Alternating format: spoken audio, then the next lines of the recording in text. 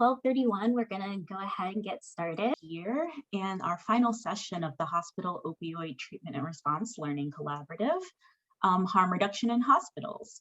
I'm Nikki Carter, the Program Manager of the Opioid Initiatives Program at Illinois Public Health Institute, and we'll be hosting the webinar today. Some brief housekeeping.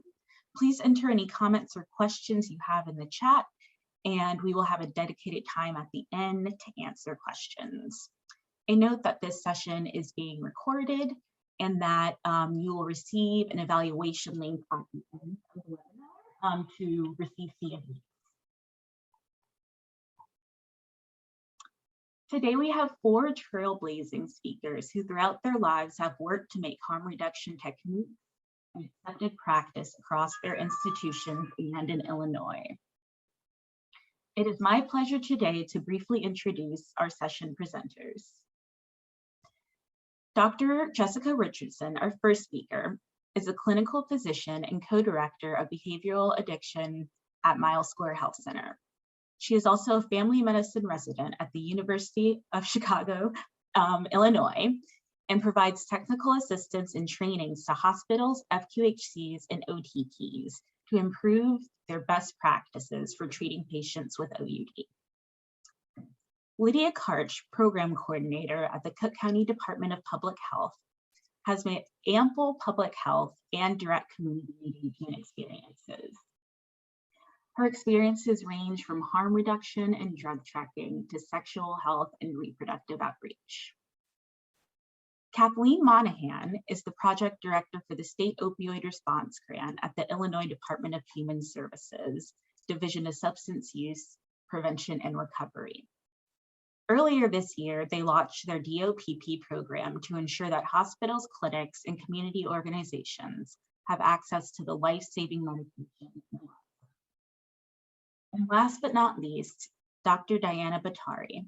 She is the medical director of the Controlled Substance Monitoring at Advocate Aurora Health.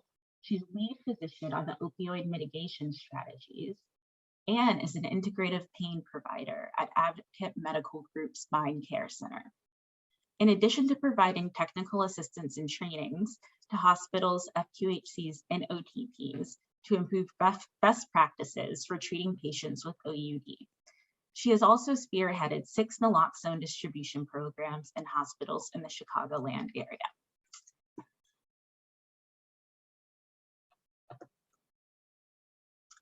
So just briefly going over today's session objectives. Today's session objectives are to describe the role of stigma, including how provider stigma influences patient care and service engagement. The second one is to identify hospital naloxone distribution best practice models and determine how to integrate similar measures within hospital settings. The third is to list the stages of change in local community-based services available for people who use drugs. And the last objective is to summarize the role of IDHS Super Drug Overdose Prevention Program, including how to utilize this program to improve services for people with an opioid use disorder. So handing it off now to Jessica Richardson to get us started. Thanks, Nikki. Hi all, I'm Dr. Jess Richardson, and I have no conflicts of interest to disclose. We're going to talk a little bit about some stigma, and especially stigma in our patients who are suffering from substance use disorder, including opioid use disorder. Go ahead, Nikki. So I like this quote from Dan Bigg. This was one of the co-founders of the Chicago Recovery Alliance. He was a huge push for harm reduction. And one of the things he said was, we're talking about affirming and even rejoicing in improvement, not perfection. So humans were really good at improvement and we are not so good at perfection. And this is true. I'm using this quote in particular for us as providers for people with opioid use disorder, because we're going to make mistakes, especially when speaking to them or speaking about them to other providers. We will make mistakes. And what's important to know is that we're just always striving to improve ourselves and to decrease the stigma that's surrounding our patients, so that they can receive the best care. So we're not striving for perfection, and it's okay that we recognize that, but we just always want to make sure that we're striving to improve and be our best selves. So let's go ahead to the next one. Words are super, super important. If you care for something, you call it a flower, and if you want to kill something, you call it a weed. I know some of you have seen this slide over and over again, and it's just really, really important. It kind of highlights for us that these words we use when we talk about our patients are going to be extremely important. These patients who have opioid use disorder or substance use disorder are surrounded by a huge stigma, not only in the outside world, but also in our medical world. The medical field often paints these individuals in a punitive light. We see them as having a moral failing, and that anything that they do regarding their opioid use disorder should be met with punitive measures, or we should punish them because they are not morally correct, and therefore we should fix it. And that's not true. Opioid use disorder, substance use disorder is a chronic disease, one just like hypertension, one just like diabetes or anemia or chronic kidney disease, and we need to treat it as such. We don't punish our patients who have hypertension or diabetes, and therefore we shouldn't punish our patients who have substance use disorder. And so the words that we use to describe them should reflect this. We are at the front line of like the protectors for our patients. And so if anyone is going to decrease the stigma that surrounds them or discredit it, it's going to be us. And so this starts with the languages that we use. Go ahead, Nikki, next slide. So this is actually a sentence I pulled from a chart 2 months ago. It was a chart in my hospital system, and word for word, this is what it says. Patient is a 64-year-old female with past medical history of polysubstance abuse, previous alcohol abuse, now sober, but with ongoing heroin abuse. HCV, hepatitis C, who was admitted from family medicine clinic given abdominal discomfort and ascites requiring paracentesis. This was a note that was written, and this is the first sentence within that note. Anyone can volunteer. Does anyone see any issue with this sentence? And if you do, how would you change it?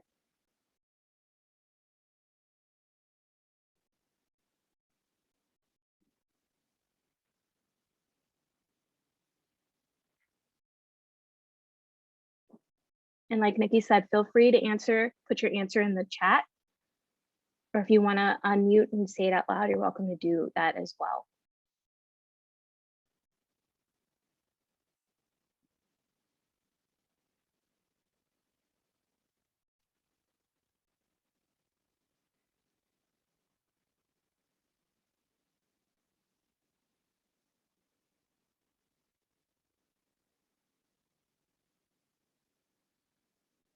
Isabella and Tina, thank you.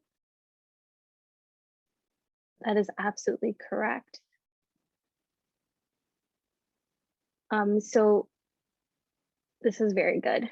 And there's one more word in there, sober, which we don't want to use either. So this is written in the medical record. All the providers who are going to read up on this patient before going to see them, because this patient is hospitalized. So any provider that's reading about this patient is going to read the sentence. Any nursing staff or any social worker, anyone who is reading through the chart before they meet the patient, because we chart review before we meet people, we're going to read this, and already our brains are going to start to formulate opinions about this patient that we have never met.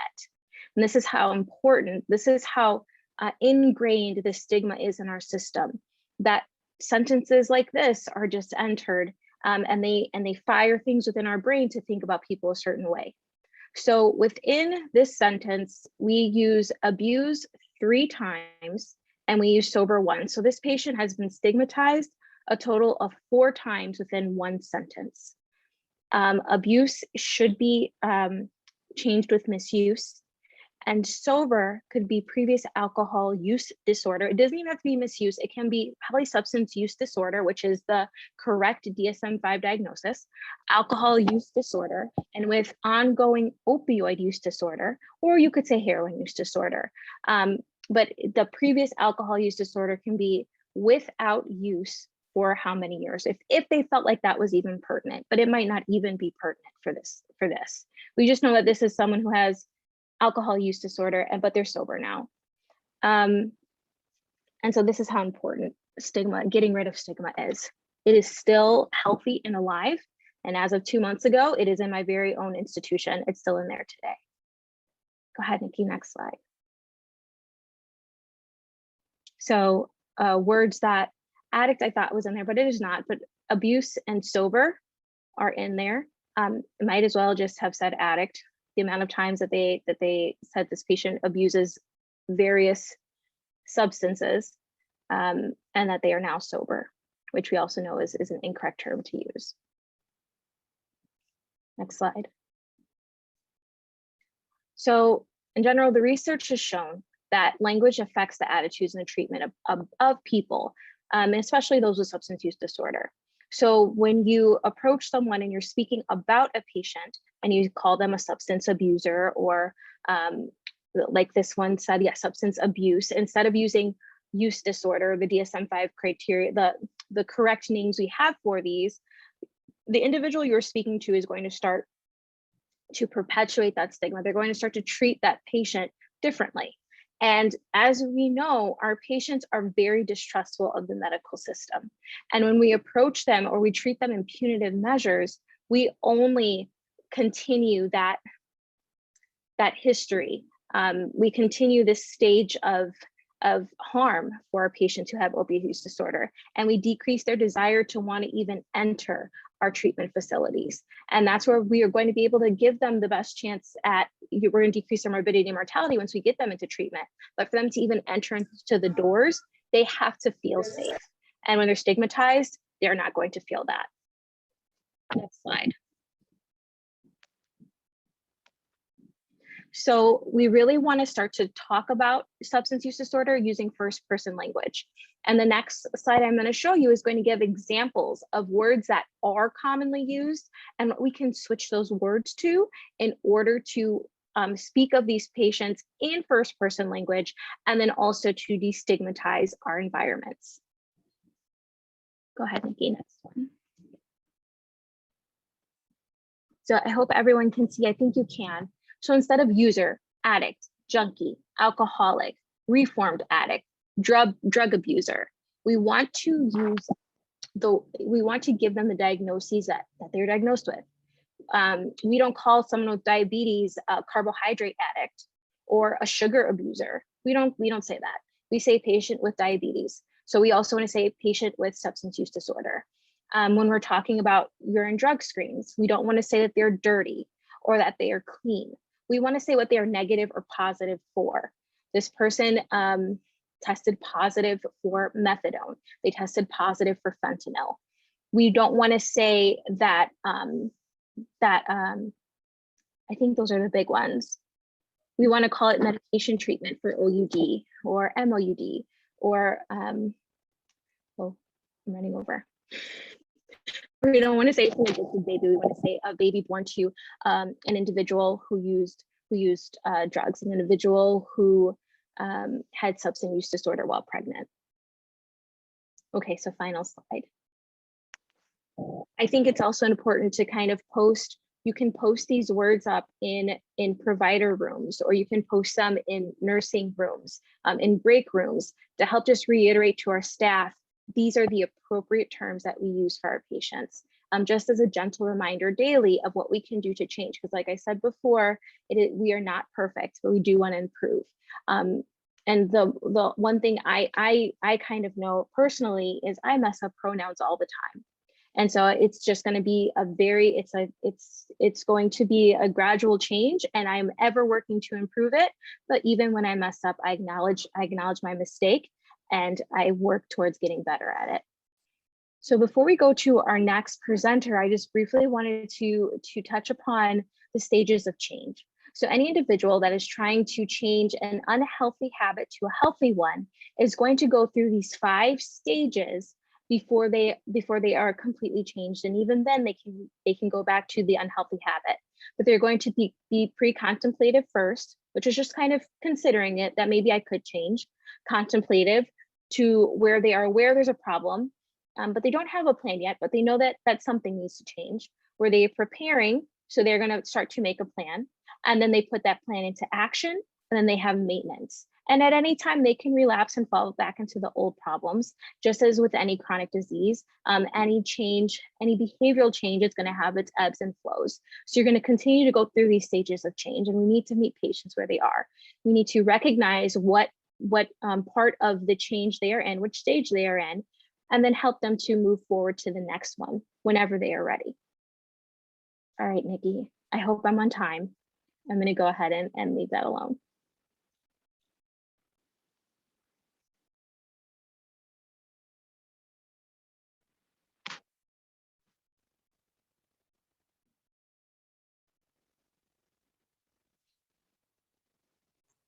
Lovely, thank you, Dr. Richardson. Up next is Lydia Karch. Yes, hey everyone. I think my video is on. I am going to briefly cover community-based services for people who use drugs with a little bit of a focus on drug checking, since that's my background. And I've got a lot of ground to cover, so I'm going to talk fast. All right, you ready, Nikki? Yep. All right. So first is a poll question. So let me launch the poll.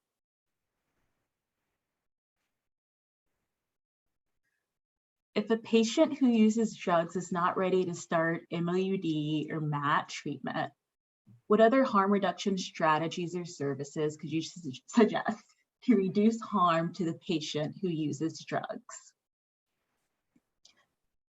All righty. And we're getting 100% of responses on the all of the above, which is great. Let's in the poll, share the results. Can you guys see those results? All right. Great, yeah, so correct is all of the above. All right, so some of these things I'm going to go through pretty fast because they've been covered by other people or will be covered by upcoming people. So one of the things to just start off with is harm reduction conversations to have with patients. So some things to cover are the risk of using alone. Sorry, Nikki, these are going to go bullet by bullet if you just want to go. Some of the risks of polysubstance use, naloxone, where to get it and how to use it, safe supplies and other materials to reduce drug-related harms, fentanyl test strips and drug checking, linkage to primary specialty care. That may not be relevant if they're already seeing you for primary specialty care, and then linkage to treatment. So the reason we start with this is because I'm going to start going through some of the places where these things are available. So I put together this very brief chart, local harm reduction resources, that kind of shows some of the organizations in Chicagoland and then the services provided across the top. I do want to acknowledge up front, trying to cram all this stuff on one slide was almost impossible. I undoubtedly missed things. There's probably other great organizations out there. So I would suggest if you know one, to drop it in the chat, and or if it'd be helpful to send on a more comprehensive resource sheet afterwards, like let Nikki know and we can work on that. But some of the groups I do want to highlight: the Night Ministry. So you can see they provide naloxone, safer use supplies, harm counseling, harm reduction counseling and education, drug checking supplies and services. And I want to highlight that column in particular because I'm going to go more in depth on it. But when we talk about that, some of these groups are talking only about fentanyl test strips, and other groups, they might have more comprehensive drug checking services available. We've got the Chicago Recovery Alliance, UIC COIP, Threshold, CDPH, and then two that are not necessarily local, but I do want to highlight because of the services they provide. The Never Use Alone Project is a phone line that someone can call because we don't have safe consumption sites. We don't have overdose prevention sites in Chicago or the US. And it's an option for people who aren't able to use, with someone else there to keep an eye on them and administer naloxone, so they can call this number and have someone on the line who can then call for emergency services if needed. So that's a really important one. And then next distro will mail naloxone. So for people who might, live further away or aren't able to get to a place that distributes naloxone, that's an option as well.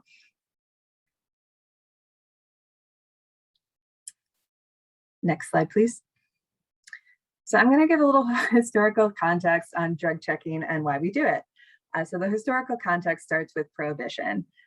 So for people who aren't familiar, prohibition is where the government in the United States prohibited the manufacture, sale, and transportation of alcohol. And that led to the rise of an illicit or bootleg alcohol market. So there's a great book on this, which is where I'm drawing most of this from, the Poisoner's Handbook.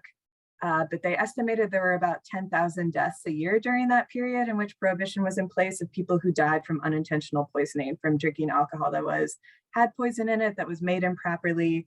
And so when we talk about unintentional poisoning, a lot of times that comes from buying something on a black market where you're not entirely sure what you're getting. Next slide, please. And so to put this in context, 10,000 deaths a year, prohibition, they repealed it. We're rapidly approaching over 90,000 deaths a year from the overdose crisis. And that also comes from a black market and an unregulated market where things might be in there that people are unaware of. And so people can sometimes get concerned. We know that opioid prescriptions have been systematically going down, especially with the introduction of PMP and regulation, but overdose deaths are going up at the same time. So we're not as worried about diversion of opioid prescriptions killing people. We are worried about what's being purchased on the illicit market. You can click it, Nikki. It's gonna. And so that plays into, we talk about the three waves of the opioid crisis. And then we often now, you will hear people mention a fourth wave or guess about what the fourth wave will be. Wave one was the rise in prescription opioid deaths. After some crackdowns in regulation, you saw a rise in heroin overdose deaths. And then wave three, which we're in right now, is seeing a rise in synthetic opioid overdose deaths.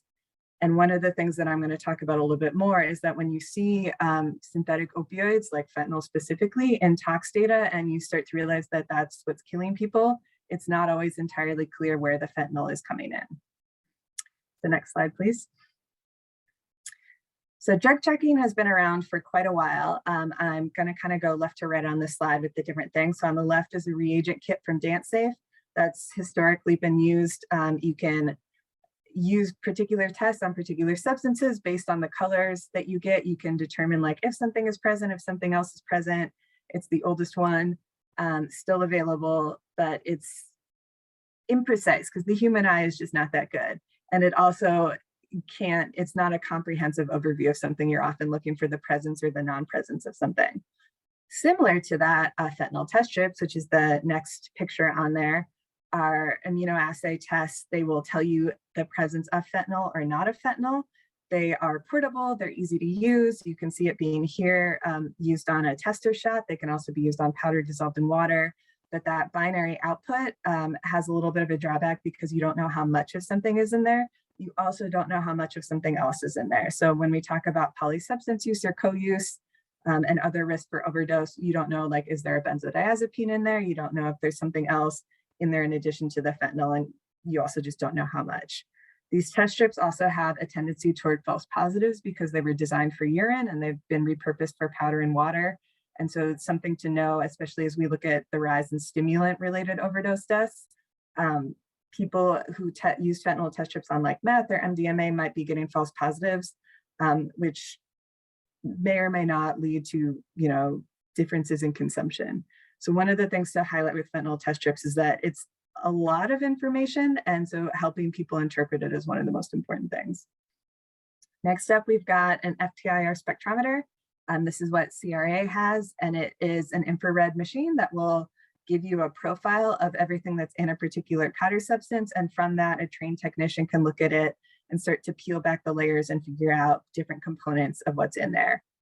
Its biggest drawback is that it's not very good at seeing things that are less than 5% of a sample. So when we're talking about very potent things like fentanyl or like benzodiazepines, this machine can't always catch them, but it can tell you other things that are in a particular powder sample, which is very helpful. And on the far right is a GCMS, the gold standard of laboratory testing, what you would really want if you wanted to know exactly what was in something and have a shot at quantifying it. These are not widespread. They require a lot of money. They require a lot of supplies. They require a highly trained technician. So there isn't one kind of, out on the streets in Chicago, but it helps to validate the earlier test. So if you're suspicious about something or you want to know if you got a false positive, you need this last step in order to start understanding, like, okay, this is where we see the false positives, this isn't, this is what we're missing, things like that. And all of this exists to get a picture of a black market. Next slide, please. So in Chicago, like I said, the Chicago Recovery Alliance did a drug checking pilot. They continue to offer drug checking services. Nikki and I both worked on this. And one of the most important things to take away from these early findings is that what is sold as heroin is often contains fentanyl, not heroin, or a combination of both. This is true of oxycodone pills that are sold on the black market. And other substances sold on the black market may or may not contain what they were sold as, but they often, at least in Chicago, do not contain fentanyl so far. Granted, this is a very small sample size because of the kind of rigor it takes to run the tests and then also get the confirmatory testing to figure out what was missed. Last slide, or second to last. So when we talk about black markets, one of the things we're also thinking about too is it's a very complex market. Polysubstance use makes it difficult to figure out kind of where people are being exposed to fentanyl and what's going on. So we've seen a rise not only in synthetic opioids involved in deaths, but also in psychostimulants and cocaine. And what is very, very hard to tell is, was that fentanyl in either of those things, or was it someone who was using multiple substances at the same time? Since this most typically comes from toxicology data. If you click it twice, Nikki, it's going to do one more time. So yeah, in order to determine kind of what is the exposure and where fentanyl is coming into people's lives, you would really need to be able to compare tox data to substances taken at a death scene and then do a really comprehensive lab study on it. So this group, I put this paper up here because they did that. There are also a bunch of chemistry people at Notre Dame, so it wasn't a very big sample size, but they were able to kind of demonstrate the complexity of polysubstance use and the fact that a lot of people who had multiple substances in their system when they died were exposed to them different. So not all combined, but had taken multiple substances. And that just complicates thinking about how we're educating people, because just saying like, oh, we only want to talk to you about one drug may not actually be that helpful in terms of harm reduction.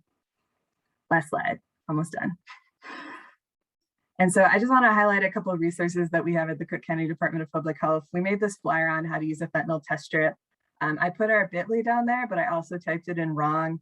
So the O in opioid should not be capitalized. But that's where you can see we have a naloxone training video. We have a fentanyl test strip training video, just a lot of resources for people who are interested in learning how to use these things, but might not be able to access the program. That's all. I'm done now. Thank you, Lydia. Great presentation.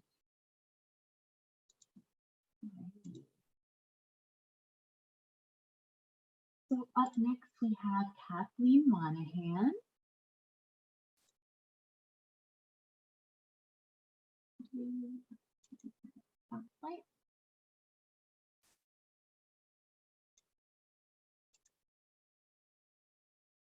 Kathleen, I think you're on mute. Sorry about that. Hi, everyone. I'm Kathleen Monahan from Super. I'm the State Opioid Response Project Director, and I have no financial conflicts of interest to report.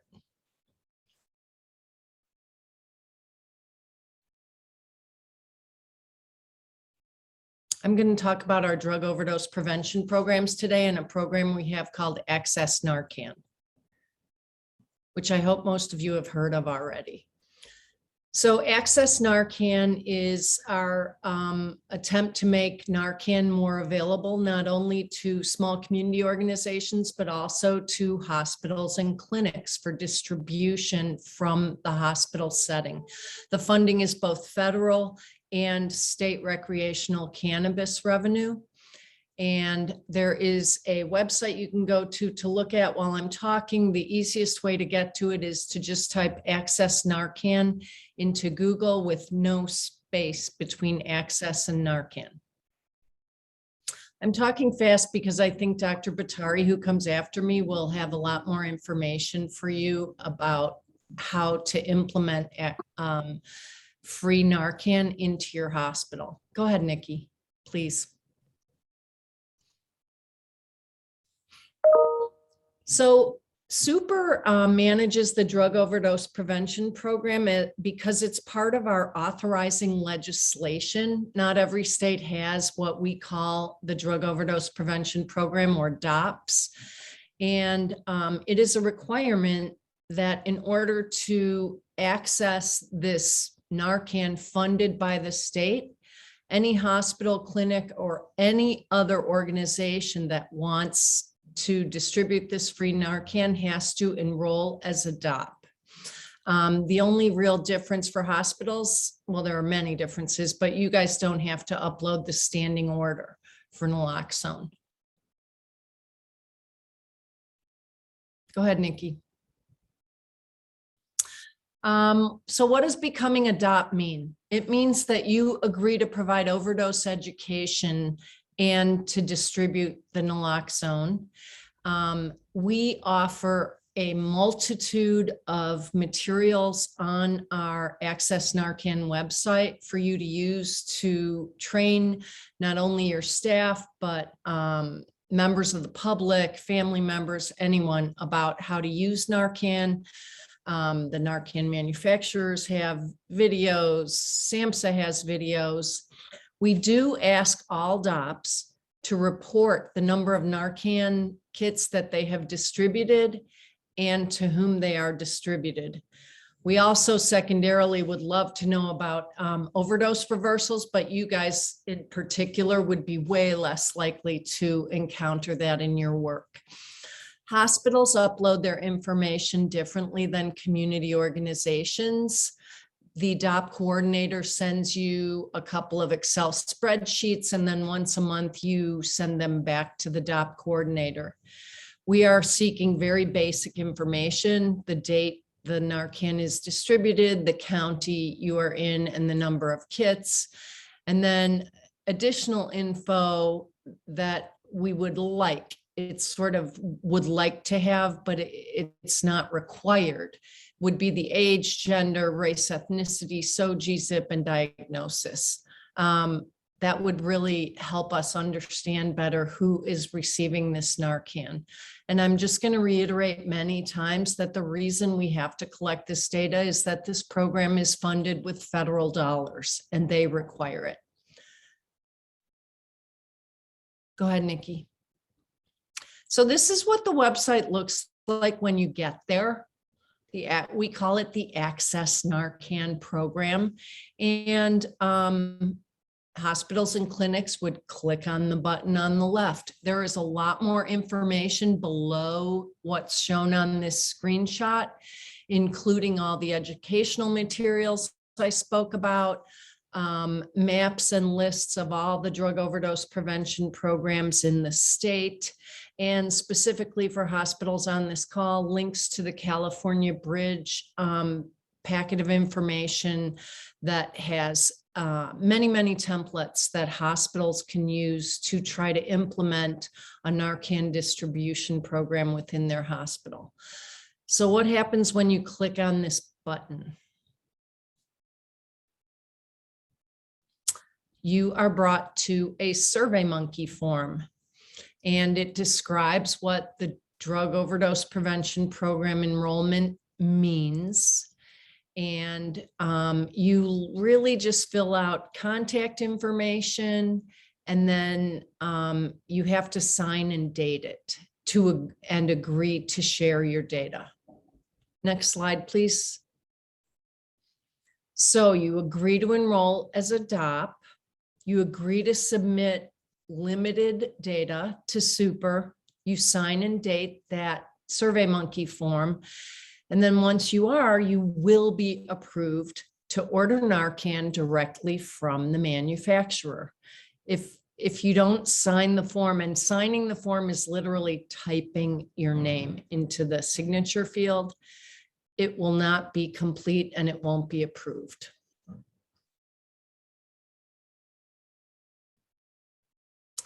So what happens after you submit that form? Well, a couple things happen on our side. The first thing is that we fairly quickly work with the manufacturers of Narcan. Their name is Emergent, and you'll be sent a login, or the person who fills it out, the contact person, will be sent a login for Narcan Direct within a few business days. Once you have that, you'll be logging into their website and ordering directly from them. The state will only be approving orders at that point. We won't be involved any further than that. So you'll receive a login from Emergent. The other thing that happens is that the DOP coordinator here at Super sends a follow-up email with information about the data that we'd like to collect from you. So once again, hospitals have to agree to send some limited data to Super. Super will upload the data into the portal that's called IllinoisSavesOD.org. You can go to that portal and look at some limited information right now. Community organizations upload their information on their own, but Super will be uploading hospital data on your behalf. And as I said before, the data collection is required because this is funded with federal funds.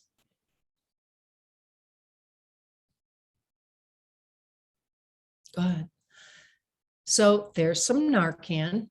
And once you get your credentials, you'll order directly from Narcan. A price shows up on your order form, but don't worry, you won't get billed. The state will get billed. We suggest a maximum of 10 cases at a time in order to start. That's a lot of Narcan. That's 240 doses. And so we're trying to just make it easier on your storage needs and management of the program. If you want more than 10 cases at a time, I will approve it. I would just probably call or email and say, are you sure you want that many cases? But we would approve it if you really needed it. Narcan is shipped via 2-day FedEx. What that just means is if you order on a Thursday, it probably won't get shipped until Monday. And you can reorder and reorder and reorder. And some of the people on this call, I think, have ordered Narcan through this program before. Next slide, which I think is my last slide. Yep. That's it. We can have questions and answers and comments at the end after Dr. Bottari. Lovely. Sounds good. Thank you, Kathleen. All right. Hi, thanks for having me today. I have no financial disclosures to make. My camera was not working earlier, and thank you so much, Nikki, for that wonderful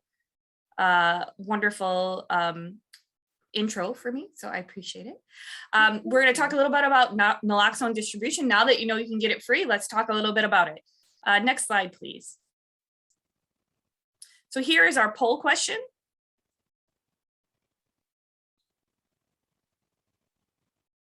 There we are. It is, does your hospital currently give out free naloxone? Does your hospital currently prescribe naloxone to patients with opioid use disorder? And the third question, because I was greedy and wanted more, would you like to see your hospital give out free naloxone? Awesome.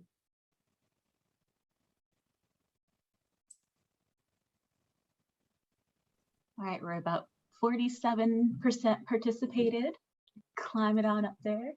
Wonderful, wonderful. Great. This is fabulous. So, you know, it's looking like a lot of people are giving out free naloxone from here. And I know that is because of Kathleen. So yay. You asked that 3 years ago, that answer would be like 1. So this is amazing. This is so exciting. And that you guys also do some prescribing. Great. And the vast majority of you like doing this. So even better. Wonderful, wonderful. Next slide, please. So one of the questions is, how do you get your hospitals on board? So those of you that may not be giving out free naloxone, but maybe are doing prescription of naloxone, how do you, or those that haven't started yet, how do you get your hospital to be on board? Because free product does not mean ease of distribution. And we know that, right? We wish it was that easy, but it's not. And there's lots of roadblocks, right? We hear from legal and risk. Are we going to get sued? Is this a liability for us? The C-suite, what is this going to cost us? And why is this important to us? A lot of people in the C-suite might not be clinicians, so you have to kind of educate them on what this is.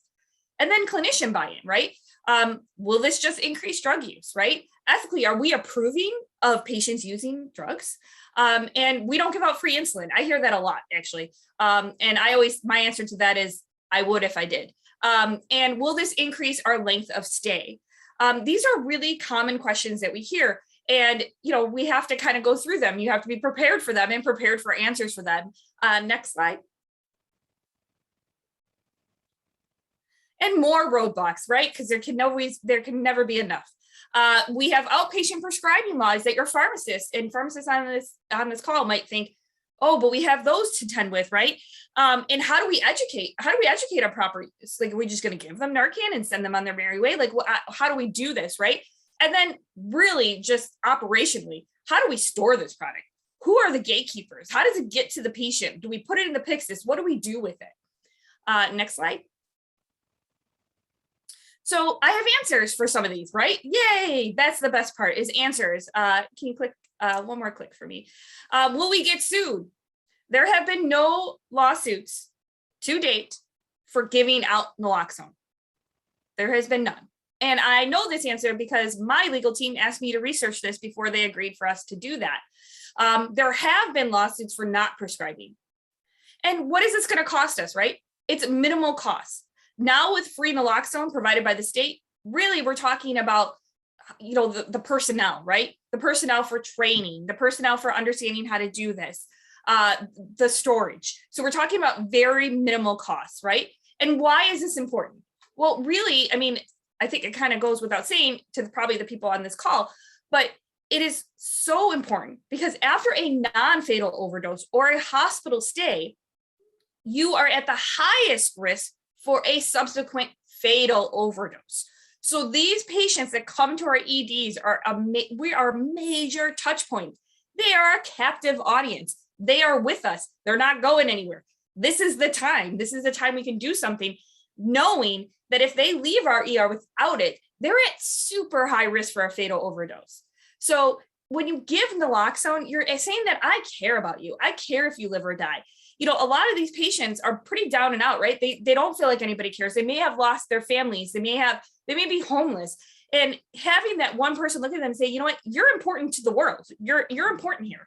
And this might be the time. And that little gesture that you made by giving them Narcan may be what they needed to say that somebody cares. Somebody cares about what they're going through. Next click, please. So won't this just increase drug use? No. The only thing naloxone does is decrease death. That's it. And this is the same idea, and I use this principle a lot about in the 80s and early 90s, like, you can't possibly give out condoms to kids. No, that's what encouraged them to have sex. No, it doesn't. It just makes those that are having sex protected.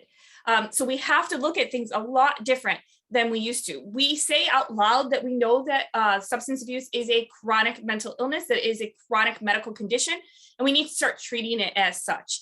I loved when Dr. Richardson said, we don't call people sugar addicts. I think that's amazing, or misusing sugar. I think that is such a wonderful comparison. So this is really important that we understand this. Next slide, or next click. So ethically, are we approving of their drug use? And that is also not true. We are healthcare. We are providers. We are responsible to first do no harm.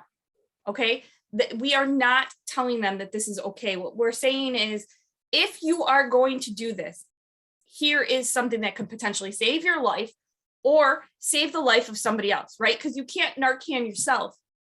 but having Narcan by you and having your family members and the people you use with know that you have Narcan on you could save your life. It can save somebody else's life. Next slide. And again, we do not give out free insulin. Again, I love this because the simple answer is, if you give it to me, let's give it out. So if we had it, we would do it. But this is what we're under. This is what we're up against right now, is 94,000 deaths in 2020, with 70–80% of those being from opioids. That's what we're up against. We're up against huge odds that have been higher, and the stakes have never been higher than all the times that we talked about it, whether it be 2013, 14, 15, 16, nothing like 2020. So we can save lives, and that's what we're doing here. Next slide.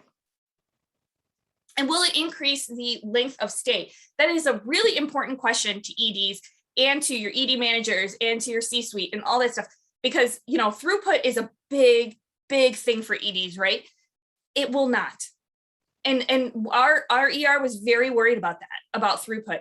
And if you do proper education and identification of the patient, that will lessen that possibility. So if you know when that patient comes in and you educate your if you have a pharmacist in ED, your nurses, your residents, your docs, that this is what we do now and this becomes the culture, it will not increase length of stay, because it will be just one of the things that kind of go along with everything else. Next slide.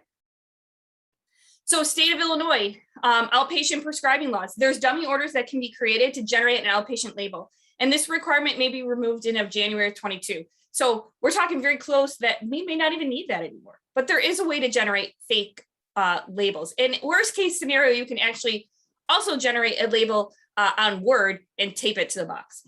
How to educate patients on proper use. There's numerous short videos available and numerous free brochures that you can download and give to the patient with the Narcan box. Next slide. Okay. And where do we do this? Who should be the gatekeepers? My opinion, my humble opinion, is you should consider pharmacy. I think pharmacies are wonderful gatekeepers of this, whether they keep it in centralized pharmacy or whether they keep it in the Pyxis. It's a great way to monitor how many of those you're giving out. It's a really nice way to do it, but I think pharmacy is the logical source for us, at least, to be the gatekeepers. Next slide. So our experience. So the first free naloxone program that we started was in Christ Medical Center in Oak Lawn, Illinois. It's a level 1 trauma center, and we saw about 20 to 30 overdoses per month on average. What I really did was, what we focused on was a top-down approach. We went from the very top for legal and not our local legal, and that really helped getting the buy-in, is starting at that top, because then I didn't have to go through multiple layers. I just started kind of at the top. And the sell I had was, this will decrease our lawsuits, right? Because naloxone is really becoming the standard of care. And so this is a great opportunity for us to get on top of this, especially with seeing as many overdoses per month as we do. And then one of the things we decided was not to make this a policy. When you make something a policy, that every patient that comes in with an opioid use disorder or an opioid overdose or something, when you make it a policy, then you are going to be held to the standards set by whoever your governing body is, whether that be JCO or DNV. And that is very, very scary for all administration, because then you're held to that. So we did not make it a policy. We made it we didn't even make it a guideline, to be honest. We went down there and we went to each ER, we talked to everybody, we talked to them, we told them to do it, and that's what worked for us.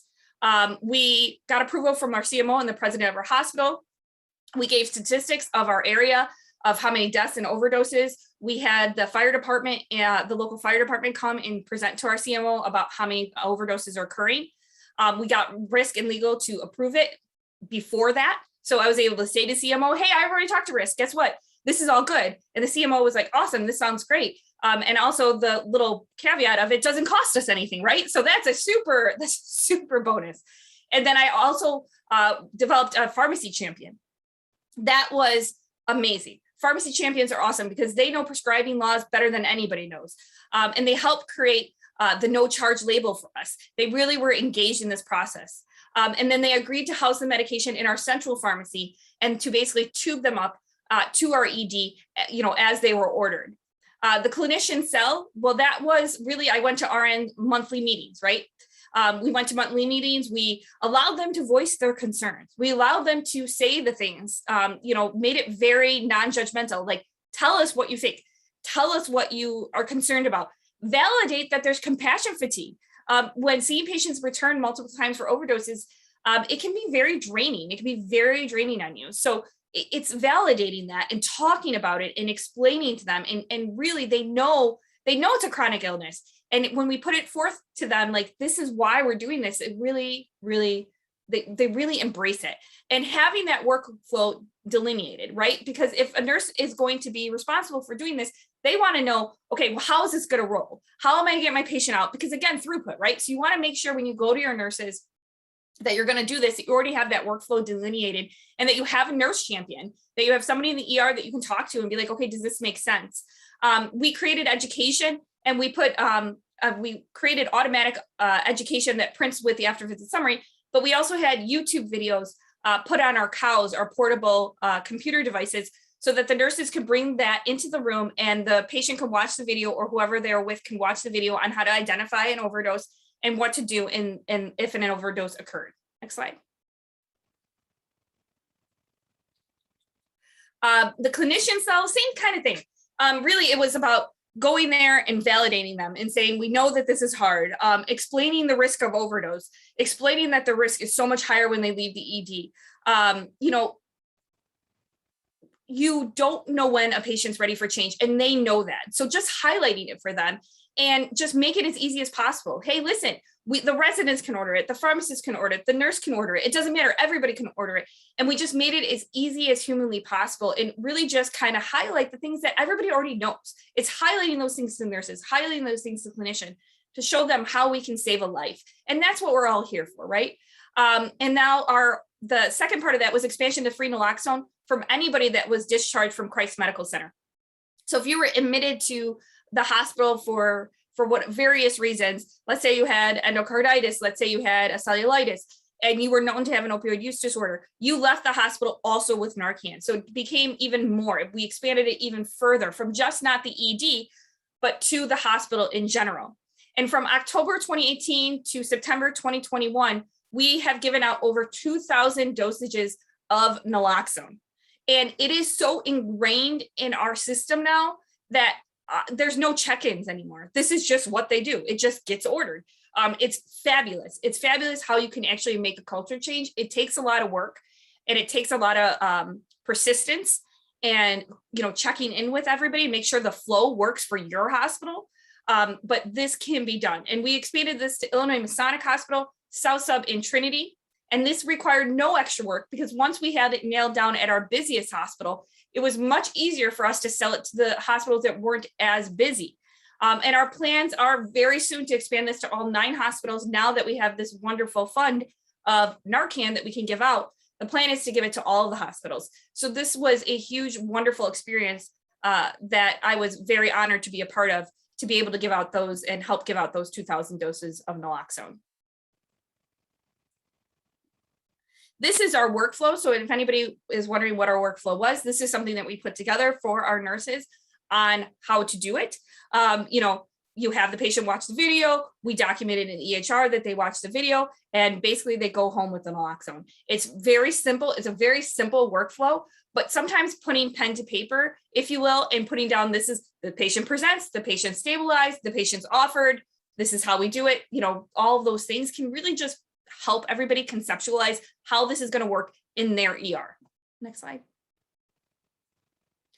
And one of the questions that we, get is, well, how do people know that you had this? So what we did was we made a did you know little handout that was available for people to take off the desk when we were doing that before COVID, but we also put them in the rooms under plexiglass so that people could, learn a little bit about these things. Learn a little bit about, overdose and Narcan. And we also gave them a list of pharmacies in our area that participated in the standing order of naloxone. So if maybe they didn't want to ask us, but maybe they did want to go to the pharmacy, they could. So we gave them multiple choices to try to encourage patients that need it, or loved ones, if they have loved ones that need it, to get Narcan and have it have that in their house or on them. I think that might be my last slide. There we go. Yes, it is. Thank you so much, Dr. Batari. That was a great presentation. always amazing to hear about all the work you're doing in all these hospitals and the change you're affecting.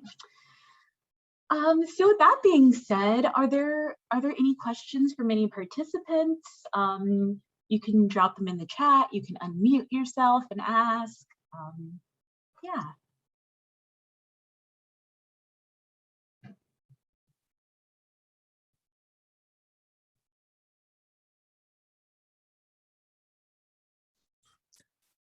I'll ask a question if no one else is. Dr. Batari, do you know if any of your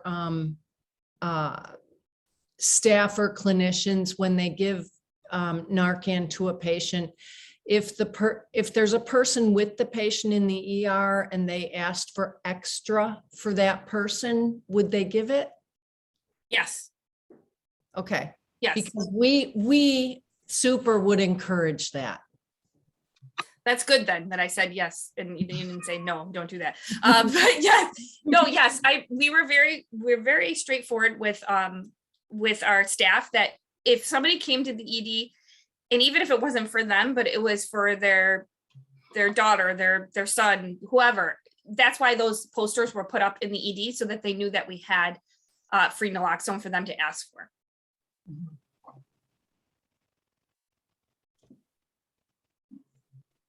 Our Narcan is ordered electronically.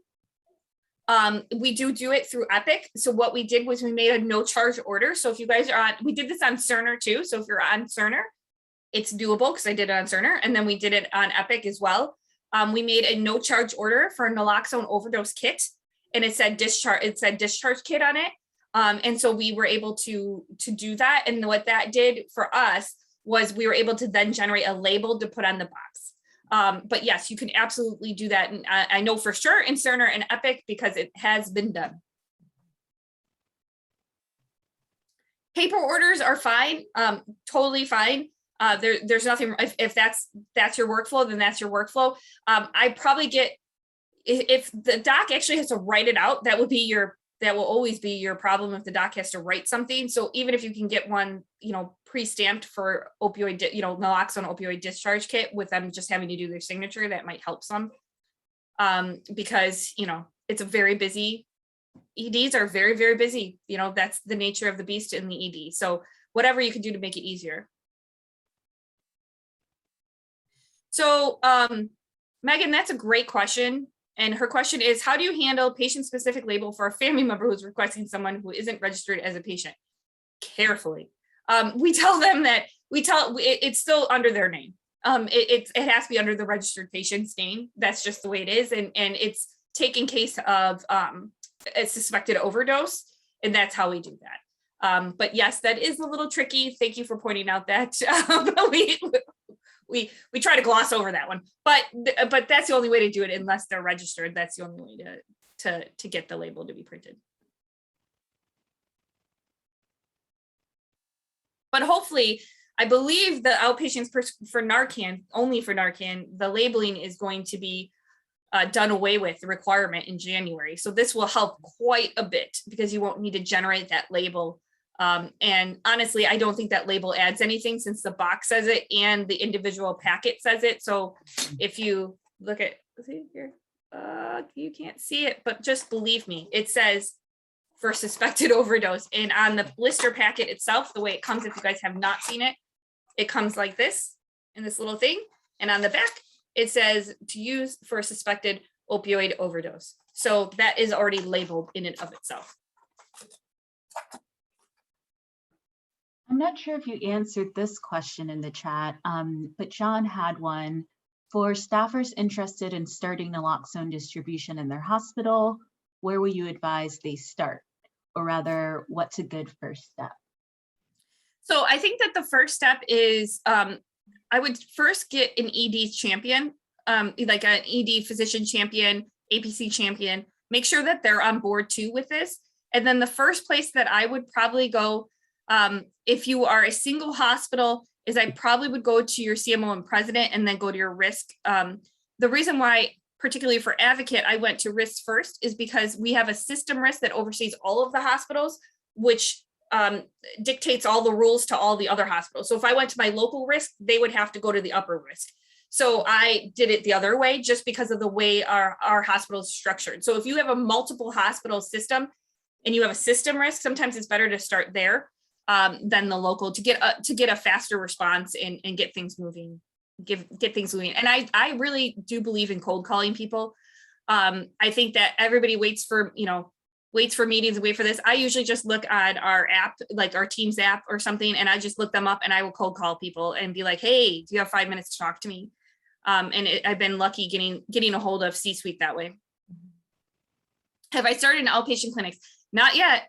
Outpatient clinics are a different beast, but with the outpatient laws, if they do in fact go away as predicted in January of 22, that will be much easier to be able to sell that process, because we don't have any label, like most clinics. I mean, some clinics may have labels, but most clinics don't have label makers for prescription. So that would be very difficult to do that. But my goal is to hopefully bring it into our clinics, because there are patients that could use the naloxone, but they cannot afford the $120 or the $70 copay. So that's the overall goal for sure. Lovely. Thank you for all those questions and great answers as well. I'm going to move us along.